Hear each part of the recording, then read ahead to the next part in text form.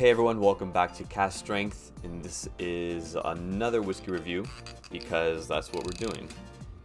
Now, if you guys haven't checked it out already, Josh from the channel did an amazing three-part series on the Iron Root Republic Distilling out in Denison, Texas. Go take a look. We'll link it up here. But during one of them, one of our members, Ron Edmondson, mentioned that he was thinking about picking up a bottle of whiskey and wasn't too sure about it, so he asked us for some advice, and I promised him that I would get a review out for him. And the whiskey is the WEST CAMPFIRE. So that is what we're drinking today. So cool. It's actually one of my I took a drive to Pittsburgh for a bottle of this. Gonna let this sit for just a little bit, and then we're gonna go over it because there's a bit of information on this one here. So it's a blend. It is blended with bourbon, rye, peated Scotch, all aged between 4 and 8 years. It's bottled at 40. Where are my notes? 46%. The straight rye that was used in the blend, the mash bill for that is 95 rye, 5 barley from MGP, and 80% rye and a 20% malted rye from the WEST distillery. The bourbon is MGP sourced, and that mash bill 75 corn, 21 rye, and 4% barley. And the blended Scotch is undisclosed, apparently for contract reasons. But going from the story, actually, you know what? I could be wrong, but it's or it could even just be the bourbon and the rye influencing the peat, but it's a earthy peat. Sort of reminds me a bit of the peat that you find in Fire and Cane. I'd probably, yeah, Balvenie peat. Is it Balvenie peat? Yeah, I believe Balvenie Glenfiddich takes the peat, the peated malt from Balvenie, which is next door if I'm not mistaken. I'll correct that, or you guys can let me know if I'm mistaken. But yeah, that's what I smell in here.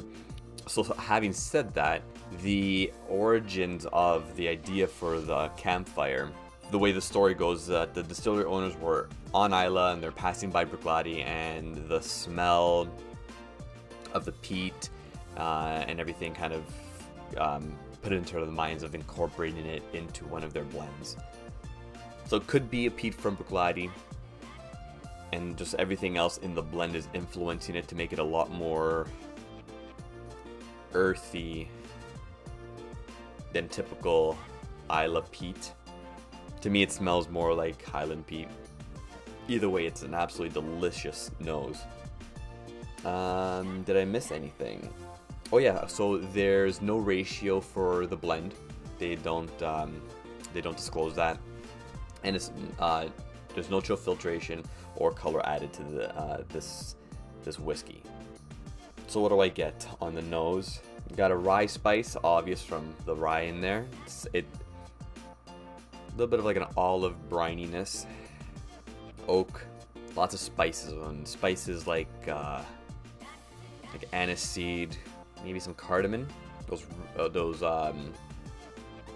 sharper spices, and a burnt marshmallow crust. Because you know when you overburn a marshmallow, I don't know who else is crazy enough that does this, but whenever I'm roasting a marshmallow, I love charring it, taking off the crust, eating the crust, and then toasting up the middle gooey core, and then eating the middle gooey core. This smells like that burnt exterior crust off that marshmallow. Just some nutmeg in here too. Very malty forward, like a sugary cereal. So if you take Lucky Charms marshmallows, that's what that is. Lucky Charms marshmallows. It's Lucky Charms in a glass. Wow, great. I'd never picked that up before. That's really nice. Yeah, that's great. So there's some smoke on the back end, and I'm not too sure if I had mentioned that oakiness on the nose. It's very prominent on the taste as well.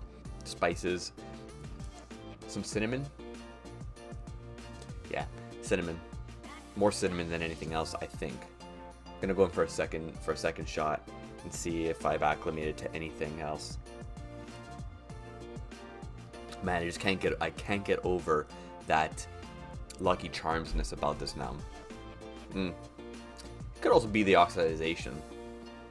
That also does play a factor in it, because I'm near on the halfway point of the bottle, and it's been open for 3 months or so now. Just had time to kind of breathe and let go. So yeah, cool. And it's a bit of a longer finish. It's because of the oils, most likely coming from that Scotch, and the peat in it. Coats so it lingers out a little bit longer. Nice and soft, not overpowering or anything like that. Yeah, no, it's solid blended whiskey. So I'm gonna rate this level 3. It is worth a purchase in my mind. So I'll leave it at that for today. Thank you guys. Look forward to some upcoming announcements. We decided that we're gonna be making shirts as our first piece of merch. So thank you to everyone that went to our Facebook page and voted for those. We drew names on our last live stream, link up here, and our friend Ed O'Meara won the first piece of merch that we're going to be making. So if you want to jump on stuff like that in the future, go to our Facebook page at The Cast Strength and give us a like and follow there. We're on Twitter at The Cast Strength. Go check us out there. And over here, if you like what we're doing, hit the like button, hit the subscribe button.